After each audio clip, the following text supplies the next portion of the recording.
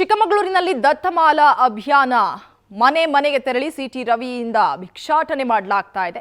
ದತ್ತಮಾಲಾ ಅಭಿಯಾನ ಆರಂಭವಾಗಿದೆ. ಮನೆ ಮನೆಗೆ ತೆರಳಿ ಪಡಿ ಸಂಗ್ರಹಿಸಿದ್ದಾರೆ ಸಿಟಿ ರವಿ.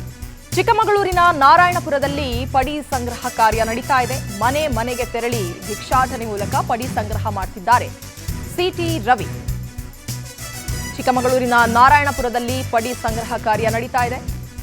ಸಿಟಿ ರವಿಗೆ 20ಕ್ಕೂ ಹೆಚ್ಚು ಮಾಲಾಧಾರಿಗಳು ಕೂಡ ಸಾಥ್ ಕೊಟ್ಟಿದ್ದಾರೆ. 9 ಮನೆಯಲ್ಲಿ ಭಿಕ್ಷೆ ಬೇಡಿ ಪಡಿ ಸಂಗ್ರಹಿಸಿದ್ದಾರೆ ಸಿಟಿ ರವಿ. ಅಕ್ಕಿ, ಬೇಳೆ, ಕಾಯಿ, ಬೆಲ್ಲ, ಎಲೆ, ಅಡಿಕೆ ಸಂಗ್ರಹಿಸಲಾಗ್ತಾ ಇದೆ. ಚಿಕ್ಕಮಗಳೂರು ನಗರದ ನಾರಾಯಣಪುರ ಗ್ರಾಮದಲ್ಲಿ ಪಡಿ ಸಂಗ್ರಹ ಕಾರ್ಯ ನಡೀತಾ ಇದೆ. ಸಿಟಿ ರವಿ ಸೇರಿದಂತೆ ದತ್ತಮಾಲಾ ಧರಿಸಿರುವಂತವರು ಅವರಿಗೆ ಸಾಥ್ ಕೊಟ್ಟಿದ್ದಾರೆ. 20ಕ್ಕೂ ಹೆಚ್ಚು ಮಾಲಾಧಾರಿಗಳು ಸಾಥ್ ಕೊಟ್ಟಿದ್ದಾರೆ. ಜೈ ಜೈ ದತ್ತ, ಜೈ ಗುರು ದತ್ತ, ಜೈ ಗುರು ದತ್ತ, ಜೈ ಗುರು ದತ್ತ, ಜೈ ಗುರು ದತ್ತ, ಶ್ರೀ ಗುರು ದತ್ತ. ಒಳ್ಳೆಯದಾಗಲಿ. ಕಾಂಗ್ರೆಸ್ ಹೊಣೆ ಆಗಬೇಕಾಗುತ್ತೆ.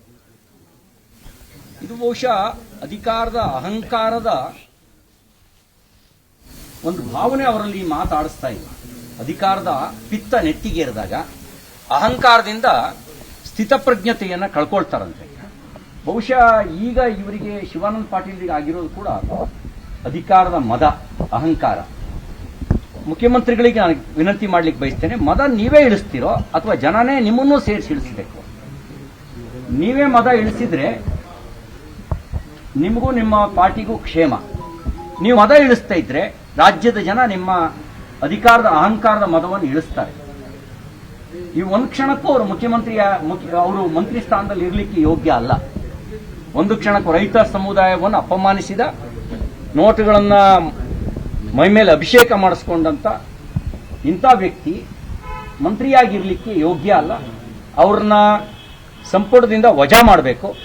ವಜಾ ಮಾಡದೇ ಇದ್ರೆ ಆ ಪಾಪ ಇಡೀ ಕಾಂಗ್ರೆಸ್ ಪಾರ್ಟಿಯನ್ನು ಸುತ್ತಕೊಳ್ಳುತ್ತೆ. ರೈತ ಸಮುದಾಯವನ್ನು ಅಪಮಾನ ಮಾಡಿರೋದನ್ನ ಯಾರು ಕೂಡ ಸಹಿಸೋದಕ್ಕೆ ಸಾಧ್ಯ ಇಲ್ಲ.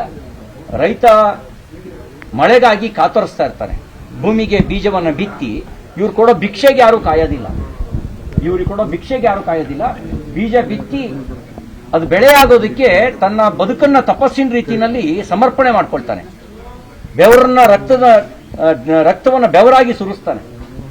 ಅಂತ ಒಬ್ಬ ರೈತ ಸಮುದಾಯಕ್ಕೆ ರೈತನಿಗೆ ಅಪಮಾನ ಮಾಡುವಂತ ಕೆಲಸ ಯಾರು ಕೂಡ ಸಹಿಸಲಿಕ್ಕೆ ಸಾಧ್ಯ ಇಲ್ಲ. ಅವ್ರನ್ನ ಉಚ್ಚಾಟಿಸಬೇಕು ಅಂತ ನಾನು ಆಗ್ರಹಿಸ್ತೇನೆ. ಇದು ನಿಮ್ಮ ಶಕ್ತಿ.